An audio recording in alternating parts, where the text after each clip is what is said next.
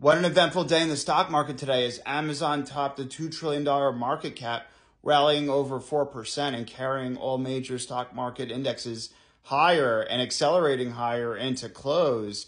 Amazon's now at a record high. That was good news for Amazon. And then Volkswagen announced a joint venture with Rivian and investing $5 billion into Rivian so that Rivian could use their software for Volkswagen. Rivian is a competitor to Tesla. I still think that Tesla has more data, but the fact of this large $5 billion investment into Rivian, this shows that the confidence in the future of electric vehicles. If Volkswagen didn't believe in the future of electrification, then they wouldn't be making this investment into Rivian. And it's good that Tesla has some competition as well. In the end, electrification will probably happen down the road, but we still have a long way to go before we get there. But either way, Rivian rallied 23% on this news. At one point, it was up about in the 40% range, but it ended up closing around 23%. We also had great news from FedEx. FedEx earnings beat expectations, and they issued strong guidance, and they cut costs.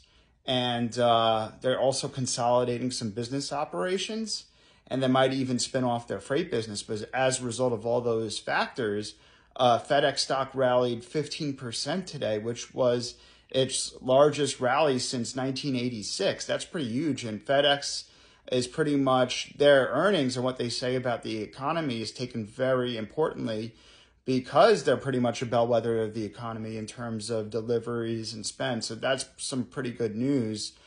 We also had NVIDIA had their shareholder meeting, and Jensen Huang and pretty much talking about his competition, says that the next wave of artificial intelligence will likely automate $50 trillion in heavy industries, and that the Blackwell computing platform will be huge, and most cloud providers will be using the Blackwell product that NVIDIA just revealed.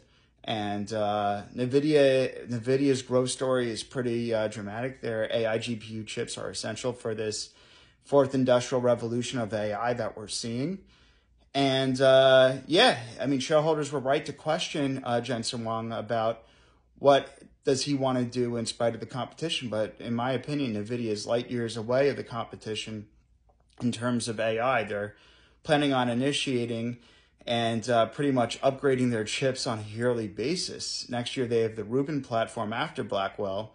And Jensen Huang said something about quantum computers. Although NVIDIA is not a quantum computer, they're aiming to make a platform that all future quantum computers could use. So that's something pretty important. And Micron just reported earnings. Although the stock is down right now, last I checked about 7 to 8%, they beat on their revenue and earnings per share. And that's really important for NVIDIA because of their high bandwidth memory chips. And Micron and NVIDIA do a lot of work together. So the fact that their revenue and earnings per share beat on their memory chips is important. And those memory chips are also needed in this fourth industrial AI revolution that Dan Ives says that we're in a party. It's like 9 p.m. and the party could go all the way to 4 a.m. in this 3 to 5 year cycle and remainder of this bull run, in my opinion, at least for the markets for artificial intelligence. So those are all the major news stories in terms of stock market movers for today. I just have two more quick stories. First, top fund manager Eric Jackson said that he thinks that NVIDIA could double in price by year end from about 126 right now to a price level of 250, and for the market cap to double from a $3 trillion valuation to a $6 trillion valuation due to all this hype around AI. I'm not sure if that'll happen, but maybe we could meet halfway. Maybe NVIDIA could hit a $200 price target or a $4.5 trillion valuation by year end, because we're in a race for a $4 trillion valuation between NVIDIA, Microsoft, and Apple. So let's watch that. Let's grab our popcorn. And then all eyes are on, as I mentioned in my yesterday's video about the Friday's personal consumption expenditure, the PCE inflation report, which is the Fed's preferred inflation measure. And I think the market will trade a little bit volatile until then, until we have clarity. But a lot of investors and economists are optimistic about the PCE report because some of the underlying data that has been released so far has looked pretty positive. So hopefully it'll surprise to the downside, increasing likelihood that Fed rate cuts will come earlier this year than expected. Let's see. But either way, I'll be I'll be having some popcorn. Oh, and last but not least, we have the presidential debate on Thursday, and that'll likely be a lot of investors and people will be tuning into that to hear the candidates and any new policy proposals. That might have some volatility in the markets too, but I think Friday's PCE inflation report will have even more importance to the market, in my opinion.